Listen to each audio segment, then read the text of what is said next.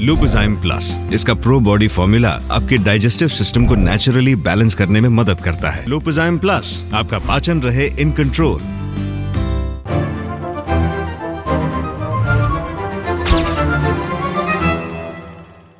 अच्छा मनोज भैया, ये बताइए कि आप एक दिल्ली में प्ले कर रहे थे और ये दिल्ली में नौकरी कर रहे थे कुछ मैकेनिकल इंजीनियरिंग वाली, तो मुलाकात कैसे हो गई आप लोगों की? नहीं, ये वहां पे वीरेंद्र सक्सेना, बीरू भाई हमारे सीनियर थे। हाँ। ये जो भी बाहर से आता था ज्यादातर उनके ही कमरे में पाया जाता था और उनके आसपास घूमता रहता था। बीरू भाई ऐसे थे जो एओमी में जा चुके थे, इन लोगों के साथ काम कर चुके थे। उसके बाद अनुभव आया था मंडी हाउस, फिर अनुभव से मिलना हुआ धीरे धीरे। मैं प्ले डाइट भी कर रहा था YMCA के लिए। उस प्ले का नाम मुझे अभी भी याद है, दंगा 89, जो दिल्ली में एक दंगा हुआ था, राइट अनुभव? उसके ऊपर जो है एक हमने प्ले इम्प्रोवाइज किया था। तो एक वर्कशॉप में, हाँ, एक वर्कशॉप में हमने प्ले बनाया था और अनुभव उससे उस पूरे प्रोसेस से जुड़ा, बिकॉज अनुभव की इच्छा थी ये पूरे क्रिएटिव प्रोसेस से जुड़ने की। और तब तक जान पहचान भी अच्छी खासी हो गई थी, हमारे कमरे में आना जाना भी हो गया था काफी। तो अनुभव ने उसमें बहुत सारे डिपार्टमेंट में बड़े बढ़ चढ़ के हिस्सा लिया था। वहां से हम लोगों की जो है, हाँ, E65 जो है रेलवे कॉलोनी थी हमारी, मंडी हाउस के पीछे रेलवे कॉलोनी, अगर आपको पता है, ITO के पास। तो वहां पे रहते थे हम लोग और वहां पे अनुभव पूरे दिन ही पाया जाता था। दोस्ती बड़ी गाढ़ी हो गई।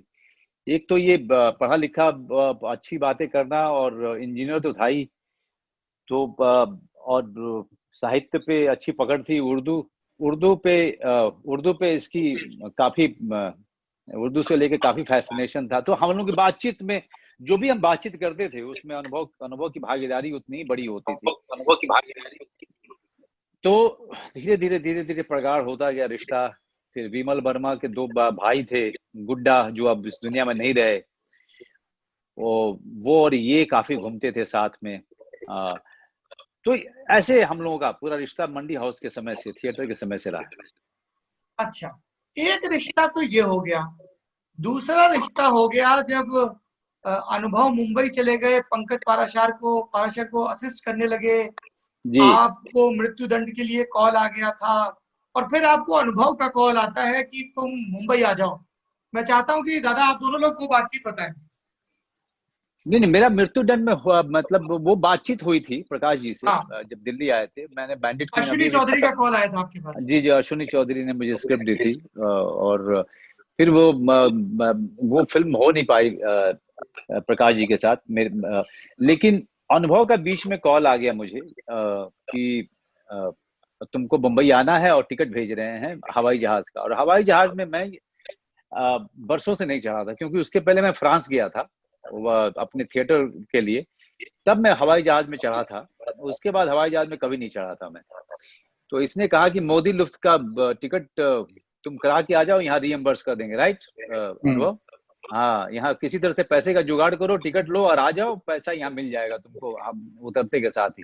रातों रात आना था, मतलब ऐसा नहीं था रातों रात, हाँ, मतलब किसी तरीके से पैसे का इंतजाम करके मैं भागा था। इसने कहा कि एक सीरीज में मेन रोल के लिए तेरा यहाँ ट्राई करना है, आजा तेरे लिए बात की है।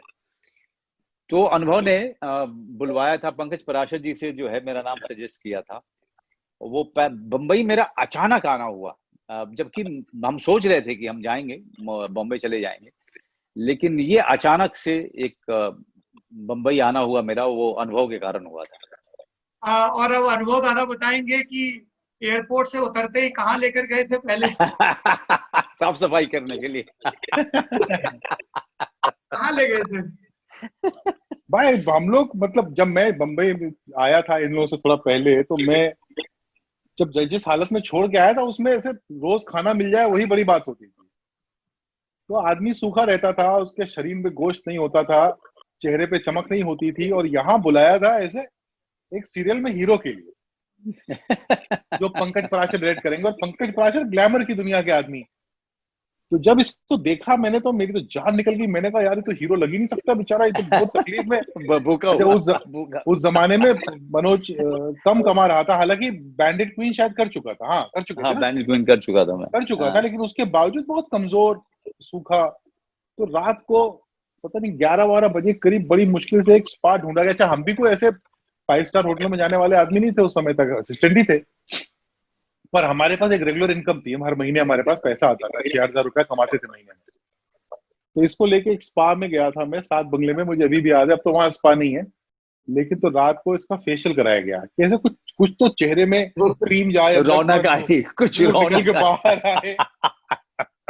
तो उसका सब कराया वराया गया, और अगले दिन सुबह लेके गया मनोज, मतलब वो फाइनल ही था कि ये कर रहा है। तो लेके गया तो मनोज मिला पंकज से, फिर हम लोगों ने 1-2 एपिसोड शूट किया। उसके बाद पंकज ने मनोज को निकाल दिया, इसको एक्टिंग नहीं आती। बहुत गुस्सा होते हैं, तुझसे बहुत गुस्सा होंगे अभी वो सुनेंगे तो।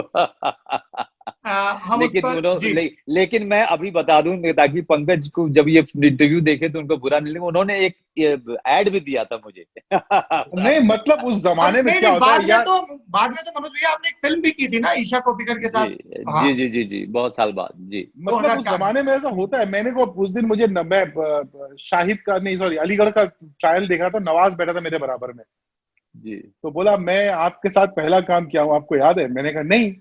हाँ। तो सी हॉक्स में नवाज था और वो ओमपुरी के साथ 3-4 दिन का कुछ काम था। अब वो उसको नवाज को दिया था छोटा रोल उस समय, ना हमको उतनी समझ थी ना, तो आप लोगों को इतना प्रेजेंटेशन वगैरह आता था, नहीं एक्टिंग आता आती थी। हाँ। इन लोगों को प्रेजेंटेशन नहीं आता था, जो बंबई का प्रेजेंटेशन होता है। थोड़ा खोल के बताइए ये चीज। क्या होता है कि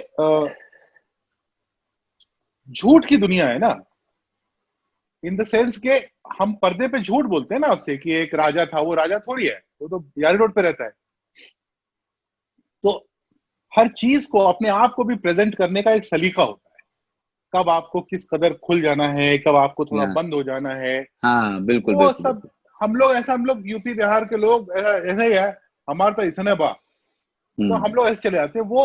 वो सही नहीं है। वो आपके अपने ड्राइंग रूम में कहने के लिए इंटरेस्टिंग बात हो सकती है, लेकिन जब आप एक लीड एक्टर है ना, आप इतने सारे लोगों को आपके ऊपर ये विश्वास करना है कि ये पूरी कहानी मैं इस इंसान के थ्रू कहने जा रहा हूँ, तो वो इंसान उतना इंप्रेसिव लगना चाहिए। और वो काम जो ज्यादातर जो वो एक्टर होते हैं ना, जो नए आए होते हैं छोटे शहरों से, वो ये चीज सीखने में उनको महीनों, कई बार सालों लग जाते हैं, और कई बार तो नहीं ही सीख पाते। तो मनोज की भी उसे ऐसा नहीं था कि मनोज खराब एक्टर था उस समय, या मनोज मतलब वो कहानी नहीं कह सकता था जो पंकज कहना चाह रहा था। वो क्या होता है कि एक दूसरे के ऊपर उतना कॉन्फिडेंस, वो शायद मनोज को पैदा करना नहीं आता था।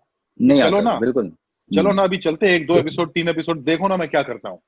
वो कॉन्फिडेंस वो नहीं क्रिएट कर पाया, और ये चीज मनोज ने सीखी होगी। वो पहली बार मनोज ही निकाले गए थे, मनोज को तो क्या सही ने भी निकाला था।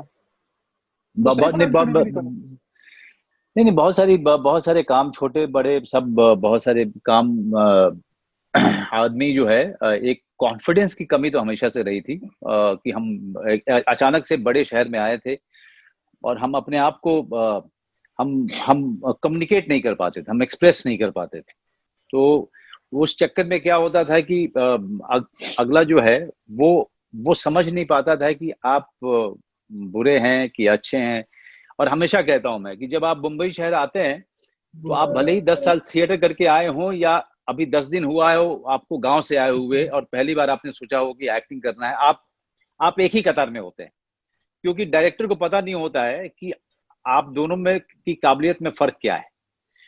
तो उसमें डायरेक्टर्स की भी गलती, अब हमेशा मैं उस समय भी मैं समझता था कि डायरेक्टर्स की गलती नहीं है, बस मुझे एक काम मिलना चाहिए, एक काम ऐसा मिले जिसमें मैं बता पाऊं कि मेरी काबिलियत क्या है और मैं अपने आप को एक्सप्रेस कर पाऊं।